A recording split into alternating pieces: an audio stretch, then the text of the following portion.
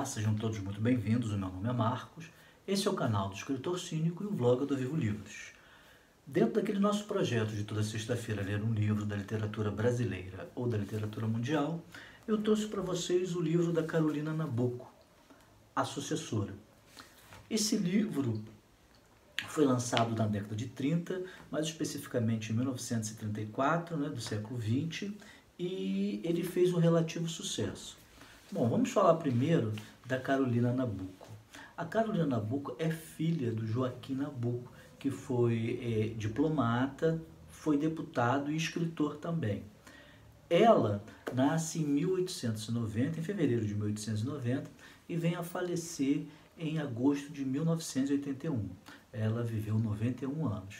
E nesse período ela foi escritora, tradutora, o que era uma raridade para a época. Um fato muito interessante marcou a carreira da Carolina Nabuco. Quando ela escreveu esse livro, A Sucessora, ela manda para uma editora inglesa. Ela mesma fez a tradução e enviou para lá, e não obteve resposta. Quando foi em 1938, surge o livro Rebeca, que é igual, praticamente igual à Sucessora. Mas a Carolina não quis processar a autora, que é a Daphne, agora não peguei o sobrenome, mas a capa do livro da Rebeca eu vou colocar aqui em cima, e ela deixou isso passar. Quando lançaram o filme, os produtores vieram até o Brasil e, mediante uma compensação financeira, quiseram que a Carolina deixasse passar essa coincidência. Ela não aceitou e ficou mesmo como se fosse um grande plágio. Isso teve uma repercussão na época, uma repercussão muito grande. Bom, esse livro é um livro muito importante para a literatura brasileira, apesar de poucas pessoas darem atenção para ele. Se vocês verem aqui, a minha edição é muito antiga, eu comprei num sebo, e ela é da Ediouro. E naquela época eles não tinham muita preocupação com a entrelinha. Se vocês derem uma olhada, vão ver que a entrelinha é bem apertada, a letra é pequena, mas consegue-se ler. O livro vai contar a história de Marina. Marina é uma moça do interior do estado do Rio de Janeiro que se apaixona por Roberto, que é um ricaço que mora na zona sul do Rio, mais especificamente no bairro do Flamengo, na rua Paissandu. Ele tem ali um casarão, naquela época em que tinham casarões no bairro do Flamengo, no Rio de Janeiro. E ele vai sempre visitar a Fazenda Santa Rosa, onde ela mora. E com o passar dos meses, ela acaba se apaixonando por ele. Ele já é viúvo e ela sabe disso. E ele vai morar com ele no Rio, vem morar com ele na cidade do Rio de Janeiro. Vai morar com ele na cidade do Rio de Janeiro. Chegando lá, ela tem um choque. E esse choque é importante para o que a Carolina Nabuco, para que o leitor entenda, que ela quis colocar no livro. Primeiro, que a decoração da casa e até os jardins tem toda uma visão europeia.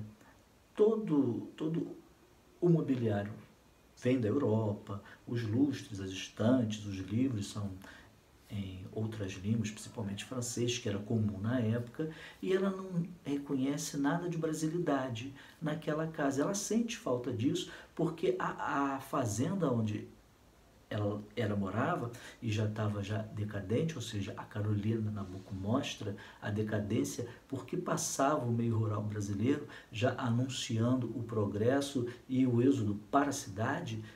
A casa dela tinha muito de brasilidade e ela não encontra isso justamente na casa em que ela vai morar.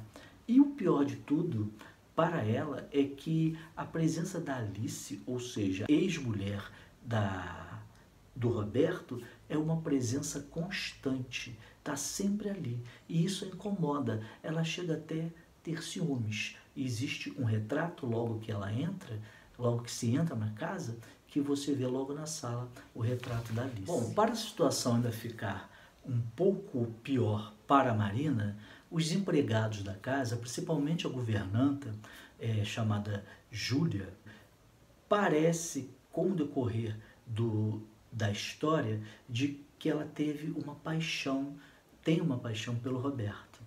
E isso deixa a Marina, então, mais insegura. E o romance vai se desenrolando dessa forma.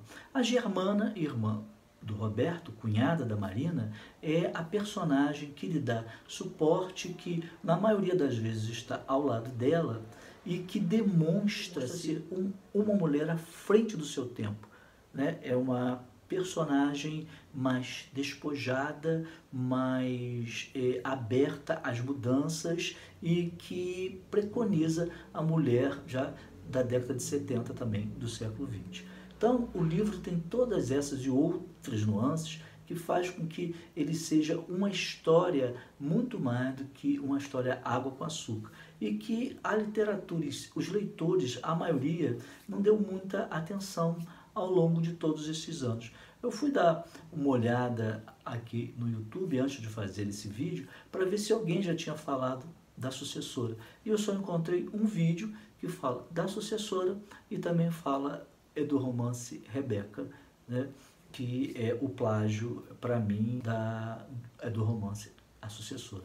Então, é claro que esse livro, na minha opinião, ele é recomendadíssimo, vale a pena ler, mas sempre tendo em mente que este livro foi escrito na década de 30. Então, a sua forma de escrever, a sua narrativa é pertinente àquele período. Se o leitor pretende encontrar um tipo de linguagem, um tipo de narrativa parecida com o que a gente tem hoje, com certeza não vai encontrar e pode achar o livro chato. Tem que se envolver na história, se entregar à narrativa para realmente conseguir saborear, para conseguir penetrar nas nuances desse livro aqui, da Carolina Nabuco, que foi realmente o seu grande sucesso. Ela escreveu outros livros, mas que não tiveram tanta repercussão assim.